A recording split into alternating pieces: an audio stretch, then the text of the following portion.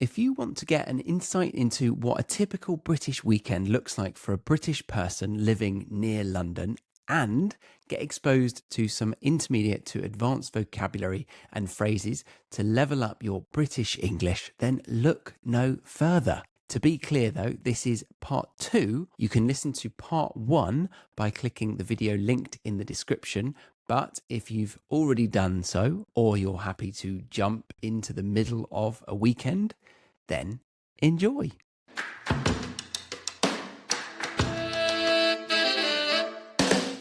Hello. Welcome back to the British English podcast with your host, Charlie Baxter. Today's episode is a bite-sized one, meaning it's a shorter one, so that you can complete it in one go. This episode comes with a free worksheet over on the website, thebritishenglishpodcast.com. So grab that and you can listen along whilst using it.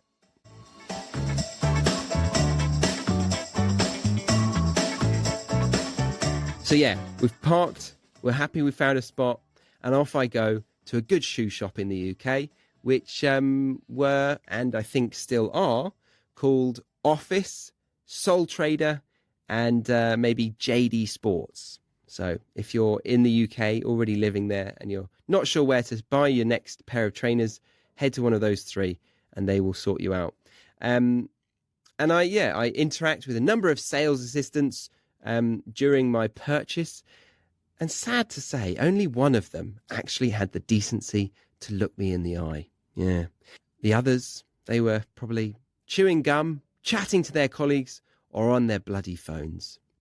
And I think this is because the large majority of sales assistants are under the age of 25, maybe even younger, 18 to 20. I remember I was 16 when I started working for a department store called House of Fraser, and I was pretty awful at my job. Yeah, I could fold a t-shirt impeccably, but did I know the history of Polo Ralph Lauren and when the next line of products were landing in stores? No. Definitely not. And I didn't care. And it could be that the world is improving in all areas of business since then. But my experience in other countries is that staff are more friendly elsewhere, particularly America and Australia. They're more knowledgeable and they seem to actually want to help you. So I'm not sure what that is. It's just my experience. But I feel like you don't get great service in shops in the UK. So if you feel like they're being rude to you, it's not because you're not English, it's because you're in England. So I'd say expect poor service by an 18-year-old if you're going to a clothes store. So yeah, I've had the poor service, but I've got my new shoes. I'm a new man in a new year. No, I set this weekend in spring, didn't I? Okay, well, whatever time of the year it is, it's time to grab a pasty from Greggs. Greggs is a bakery, a chain across the UK that is cheap and cheerful. It's very cheap and you get very tasty little pastries or pasties. So I'd get a Greggs, I'd get a coffee from Costa or Pret a Manger, and then I'd probably go and see my sister and mother. They're probably in a shop like Monsoon. I tell my sister, you don't need another scarf, Holly. Let's go home. And after getting home, I pop round my auntie's house to see my gran and my auntie. And then I realised that my gran died in 2011. No, it was 2012. Yeah, she was still alive. Yeah. I say hello to my gran and auntie. And I remember my gran, she would always say a lovely phrase when I would say, how are you? It's my favourite response to a greeting that I've heard to this day, which was, I'm all the better for seeing you, my dear. Lovely phrase. Oh, very cute. But I hope that doesn't make you think that I've got a little Red Riding Hood cape on, nor that she has extra long canines. No, it's just Charlie and his Granny B. Granny Baxter. That's my surname. And we'd call her Granny B. She had a lovely smile, normal-sized canines, and a lovely nature about her. But yeah, she passed away in 2012. Passed away, nice way to say to die. So she passed away then, But yeah, I'd pop round and see her and my auntie that are just a walk away, 10 minutes down the road. And then after probably having a cup of tea and a bicky means a biscuit, like a shortbread biscuit or a digestive biscuit. Those are the most common ones that I would have with them. I would walk home via the off license in my village. So an off license is a small shop that looks a bit like a newsagent's, but it just sells alcohol. Nowadays, small supermarkets sell a good variety of alcohol in the UK, so people don't really need to go to an off license as much as they used to, which contrasts with Australia, as they have peculiar alcohol licensing laws, which are pretty hard to get. So nearly all supermarkets can't sell alcohol in Australia, and therefore the off license, or as they call it here, a bottle shop, or even a bottle-o, if you're a bit bogan, or live in the countryside, or outback, or maybe a bushy. Yeah, it's a necessity to have a bottle shop on the high street in Australia. Less so nowadays in England. You can go to your local supermarket. So yeah, I grabbed 4 cans of beer from the off license. And I should say, most of my friends would grab a crate in this situation, but I'm what one calls a lightweight. A lightweight, yes. This means somebody who is able to get drunk quite quickly, or you don't need much alcohol to get the job done. But yeah, friends would just call a lightweight a pussy. You can't handle your drink, you're a pussy. So I'm not grabbing these 4 cans to depressingly glug alone, because I'm going round a friend's house as their parents are out for the evening. And this brings me on to a cultural norm in the UK. It was the best option for teenagers when the parents would leave for the evening, or they would go out, and it would be called a free house. Oh, I've got a free house, guys. Do you want to come round? So you'd invite about 15 friends over, you'd get drunk, and someone would inevitably break something in the house. You'd get a bit stressed. The parents would come home, and then everyone would scarper. Scarper means run away. Run away. But as this weekend that I'm talking about is set in my early 20s, we're above that now. We're not clumsily breaking things. We bring beer, some would smoke, we chill out, have a chat, and maybe watch a film. That's the kind of thing we'd do at that age. Graduates, we're mature. But I want to also say, not everyone went to university. In my local area, I felt like it was, in my friendship group, it was probably about 80% of us went. But I think in the UK, the national average is about 30 to 40% that do a degree. And then the others that don't go to university, they would have either started work at 16 or 17, or they would have gone to a college and done 2 more years of education, and then gone into work around 18 to 20 years old. Now, I did mention that some would smoke, which is a bit needless. I wouldn't really say this if it weren't for a reason. And I want to point out that smoking cigarettes was still pretty common for my generation at that age. I was born in 1990, and I think a handful of my friends to this day still smoke in the UK. And it was kind of regarded as cool at university. It might be just a cultural thing at university. It's a bit more of a thing to do. But yeah, since the smoking ban that came out in 2007, meaning you can't smoke in pubs, it's been on a decline, definitely, the amount of people that have been picking up the habit. The reason I say that is because when I went to America and then Germany, America, not many people smoke. It's a very different feeling about it. It almost felt like a dirty habit. It certainly didn't feel cool. And it was almost socially unacceptable. And that was in 2015.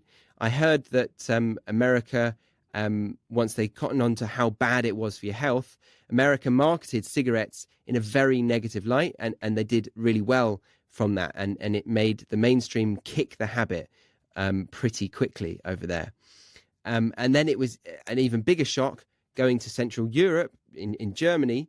because they openly advertise smoking. Like on the billboards, you have three people enjoying their time, maybe in a car, and they've got a cigarette in their hand, and the advert is for a brand of cigarettes. And that in the UK, it's unheard of. You wouldn't be able to see that. I think laws have been passed where you can't advertise smoking directly.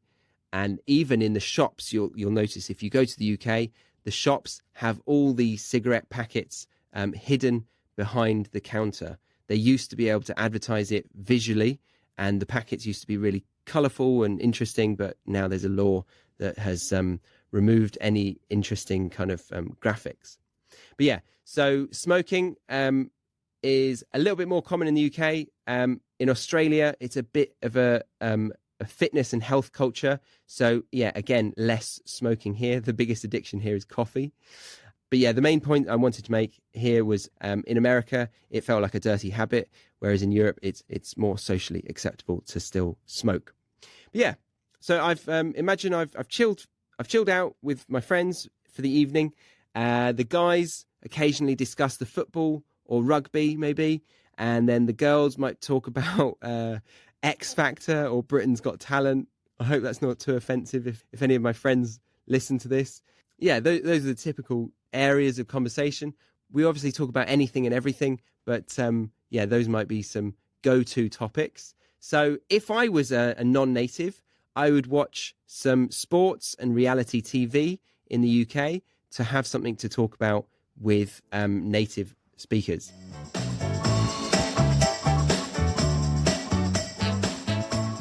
To recap this uneventful, boring British weekend, let's remind you, shall we? So I took a walk through London after finishing my week of work up near the Houses of Parliament, and then I had some drinks with some friends, and then I got the overground train back home to Surrey, which is about an hour southwest of London.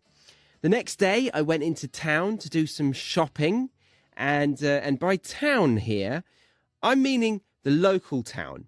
But this has made me think of a colloquial phrase that Southerners use, which is to go up to town or to be up in town. And that means London. Even though it's one of the most famous capital cities in the world, it's simply known as town in this context. And I say it's a phrase for Southerners, as if you were from north of London, it doesn't seem right to say to go down to town. Maybe they say going into town. However, my suspicion is that because they have plenty of big cities around them, it might not be so clear which town or city you're meaning. Whereas if you live south of London, then the next big city might even be Paris. I'm just joking. Just joking. We wouldn't dare bring the French into this so unnecessarily, would we? But yes, if you live in that neck of the woods, then you can say, I'm popping up to town. Or maybe, where's Jim? Oh, he's still up in town. And we all know that means London, especially if Jim is a city wanker. I mean banker. Pardon the slip of the tongue. Where was I? Oh yes, shopping in my local town. Then I popped over to see my auntie and my grandmother, who hadn't popped her clogs yet. Then on to a friend's for some casual drinks to enjoy their free house. And then Sunday, here we are, the day of rest. But the million-dollar question, of course, that I know you're dying to find out is, did I indeed do as God wanted me to? Did I go to church and spend the day with the family? Well, I'll let you be the judge of that. Come on, let's finish this bite-sized trilogy once and for all.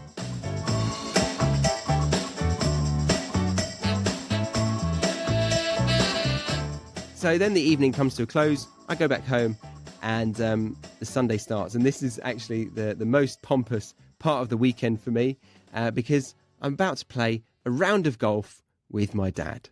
Yeah, that's right. A round of golf. He got me into it at a young age, and he's been addicted to it ever since. And to confirm, it's a bit of an old man's game. For as long as I can remember, people have thought about it as a posh older man's sport. But things are changing a little bit.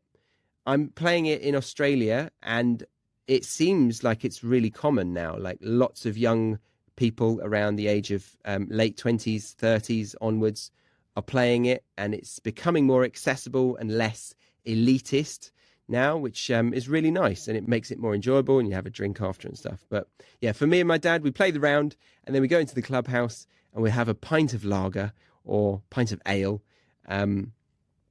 to congratulate ourselves on walking around a field for 4 hours hitting a small ball with sticks. And then we might watch whatever sport is on in the clubhouse, usually a football game. My dad makes the occasional comment pretending he knows what's going on in the Premier League. I don't. I'm an anomaly. Most people do know what's going on with football, but I haven't the foggiest idea. I don't have a clue.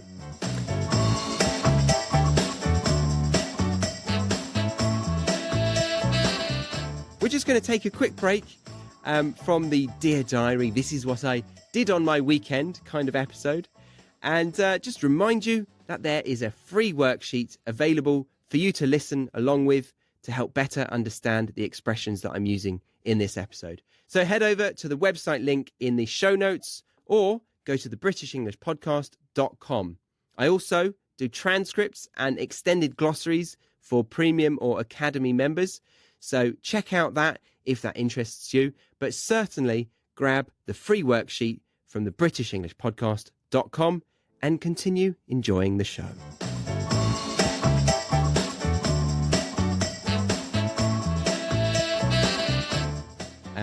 Then we head home, and because this weekend is made up, I'm going to go for another walk. Yes, I'm going to go for a walk with a best friend from uni who lives nearby.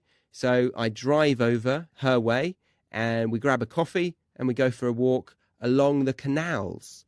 That's a nice option for quite a few locations in the UK. We have nice parks that have some canals going through them, so thin man-made rivers, and you see these long canal boats going up and down them using the locks, which I used to always find fascinating as a kid, and I still kind of do. Whenever I see them, I'm like, oh, they're using the lock. A lock is a man-made sort of gate that pressurizes the water, and it allows for a canal boat to go uphill, I guess. That's the reason for the change in water levels, I believe. So yeah, it's a really nice place to go for a walk along a canal. I highly recommend it. Grab a coffee, find a canal, and you'll be British in no time. And I'm walking side by side with a friend from uni who is a female. Now, I am very comfortable having female friends. I am straight. I do have a girlfriend, I promise. But I am a brother to two sisters, and therefore I find it normal to spend time with the opposite sex. Typically, in the UK, guys spend more time with guys and the girls spend more time with the girls. In groups, we mix, and there's absolutely no gender divide at all in that kind of situation. But if a guy and a girl spend time together one-on-one, people will jokingly suggest that they are into each other. To be into somebody, to like somebody, that they like each other romantically, which is definitely not always the case. You can very easily have a friend that is the opposite sex, but I wanted to state it as I know that many of my students' cultures wouldn't even think about having a friendship with the opposite sex.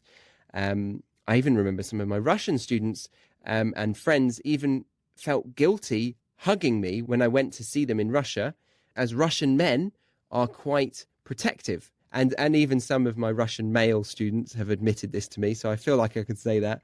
So they're quite protective in comparison to what I am used to. So I wouldn't say British people are particularly jealous or protective in this way.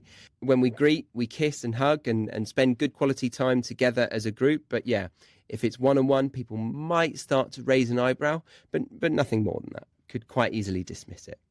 So I've had my walk and catch up with my uni friend. I go home to hear that my mum has maybe gone over to see my grandfather, and so my dad is in charge of cooking.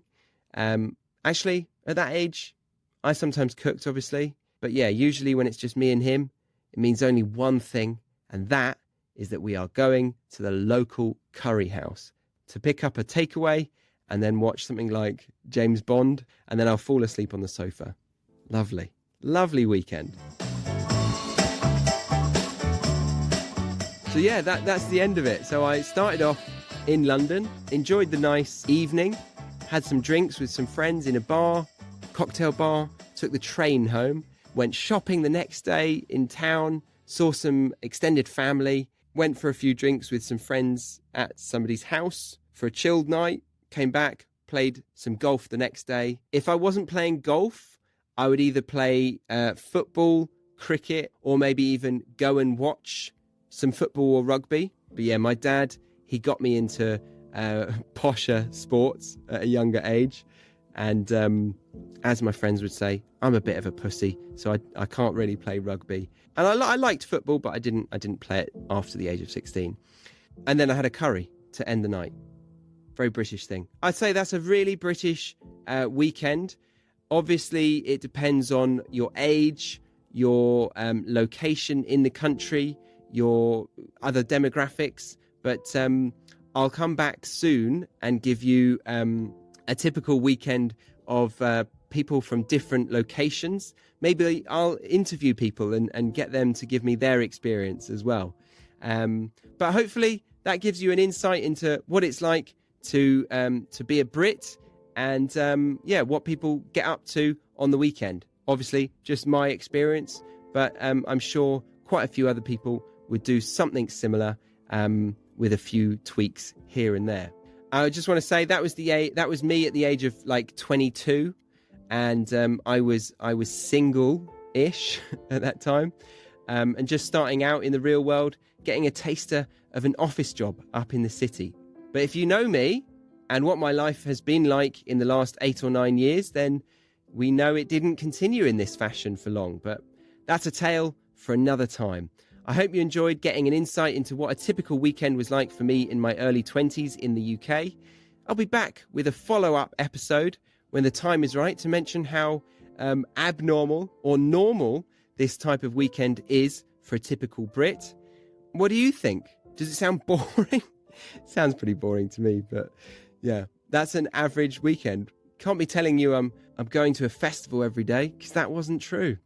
Let me know your thoughts. I'm available on Instagram at the British English Podcast.